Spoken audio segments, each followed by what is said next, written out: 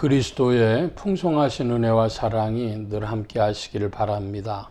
오늘 이 아침에는 출애굽기 19장 1절로 15절까지의 말씀, 생명의 삶 큐티 5월 19일자 말씀이 되겠습니다.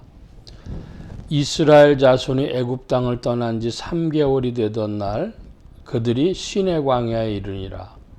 그들이 르비딤을 떠나 시내 광야에 이르러 그 광야에 장막을 치되 이스라엘이 거기 산 앞에 장막을 치니라. 모세가 하나님 앞에 올라가니 여호와께서 산에서 그를 불러 말씀하시되 너는 이같이 야곱의 집에 말하고 이스라엘 자손들에게 말하라. 내가 애굽 사람이 어떻게 행하였음과 내가 어떻게 독수리 날개로 너희를 업어 내게로 인도하였음을 너희가 보았느니라. 1절로 4절까지의 말씀 중에서는 독수리 날개라는 말씀을 잠시 살펴보려고 합니다. 독수리는 새 중에서 아주 강하고 큰 새죠.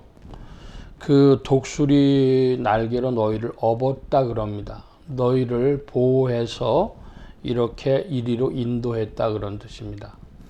성경에 독수리 날개가 몇 번 나오는데 여러분 이 독수리는 하늘의 큰 새로 이렇게 이스라엘 백성들을 지켜서 인도해 주었다, 보호하고 인도해 줬다라는 개념을 알고 계시면 독수리 날개라고 하는 상징이 나올 때 이해하실 때에 도움이 될 줄 압니다. 5절 이하입니다. 세계가 다 내게 속하였나니 너희가 내 말을 잘 듣고 내 언약을 지키면 너희는 모든 민족 중에서 내 소유가 되겠고 너희가 내게 대하여 제사장 나라가 되며 거룩한 백성이 되리라. 너는 이 말을 이스라엘 자손에게 전할지니라. 오늘 말씀의 피크라고도 할 수 있겠습니다. 세계가 다 내게 속했다. 조금 건너뛰어서 그리스도를 중심으로 말씀드리면 그리스도는 만민의 구주시오, 세상의 구주시오, 또 나의 주님이시오, 만유의 주제가 되십니다. 자, 우리가 나의 주님이라고 하는 것은 그리스도를 믿고 따르는 이들에게는 분명하죠. 그런데 만민의 구주시다, 세상의 구주시라고 하는 건 세상 사람들이 인정해야 될 텐데 인정하는 사람도 있고 아닌 사람도 있겠죠. 그러나 성경은 그리스도가 우리의 구주시라, 만민의 구주시라는 것을 우리에게 증거합니다. 자, 그렇다면 하나님께서 만유의 주제가 되셨다는 것은 아무도 알 수 없죠. 그런데 뭘 통해 알 수 있느냐? 성경이 이 세상을 하나님께서 창조하신 창조주시오, 소유권자시오, 그리고 하나님께서 역사 경륜 가운데 만물을 운행하여 나가고 계시다. 그런 의미에서 하나님은 만유의 주제시고 그래서 그리스도는 만유의 주제가 되시는데 오늘 출애굽기 19장 5절에 보니까 세기가 다 내게 속했다. 이건 소속 내게 속했다는 것은 구역을 얘기하는 것뿐 아니라 소유도 이야기하는 것이죠. 우리 생각에는 믿는 사람들만 하나님이 통치하실 것 같은데 하나님은 역사를 통치하시고 만유를 통치하고 계십니다. 그런데 하나님과 맺은 언약을 잘 지키면 모든 족속 중에서 하나님의 소유가 되겠다. 이것은 이제 11조와도 같이 되는 건데요.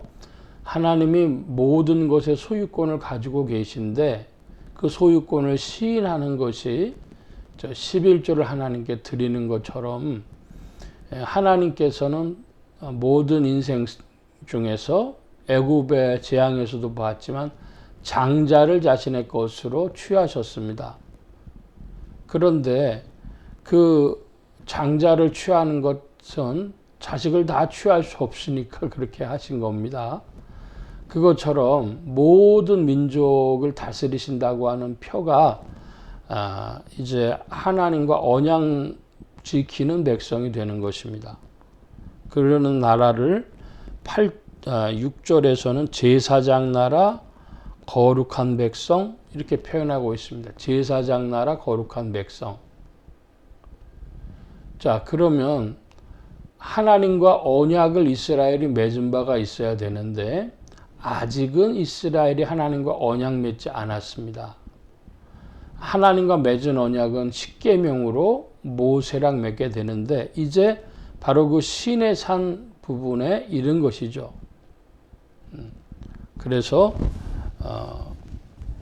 이제 이스라엘 백성들이 하나님과 계약을 언약을 맺고 그리고 그 언약을 지키면 그것은 하나님의 소유가 되는 백성, 하나님이 만유를 통치하신다고 하는 증거가 되는 백성, 제사장 나라, 거룩한 백성이 되는 것입니다. 계속해서 말씀 봅니다. 모세가 내려와서 이스라엘 장로들을 불러 자기의 명령하신 그 모든 말씀을 그들 앞에 진술하니 백성이 일제히 응답하여 이르되 여호와께서 명령하신 대로 우리가 다 행하리이다.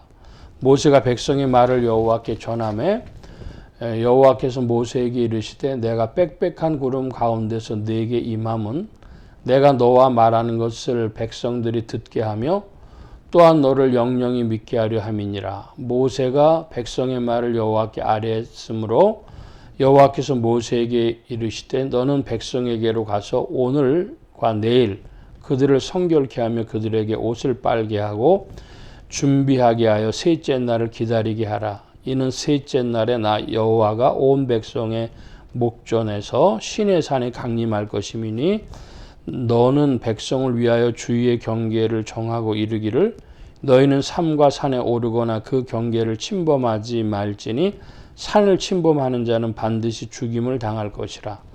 그런 자에게는 손을 대지 말고 돌로 쳐 죽이거나 화살로 쏘아 죽여야 하리니 짐승이나 사람을 물러나고 살아남지 못하리라 하고 나팔을 길게 불거든 산 앞에 이를 것이니라 하라. 모세가 산에 내려와 백성에게 이르되 백성을 성결하게 하니 그들이 자기 옷을 빨더라. 모세가 백성에게 이르되 준비하여 셋째 날을 기다리고 여인을 가까이 하지 말라 하니라. 예. 하나님께서 이스라엘 백성들에게 이제 언약 맺을 준비를 하라고 하십니다. 그래서 옷 빨고 셋째 날 될 때까지 기다려라 이런 것입니다. 마음을 새롭게 하고 준비하는 마음으로 기다리고 산에는 아무도 오르지 말라고 합니다. 그러니까 엄중하다라는 뜻이죠.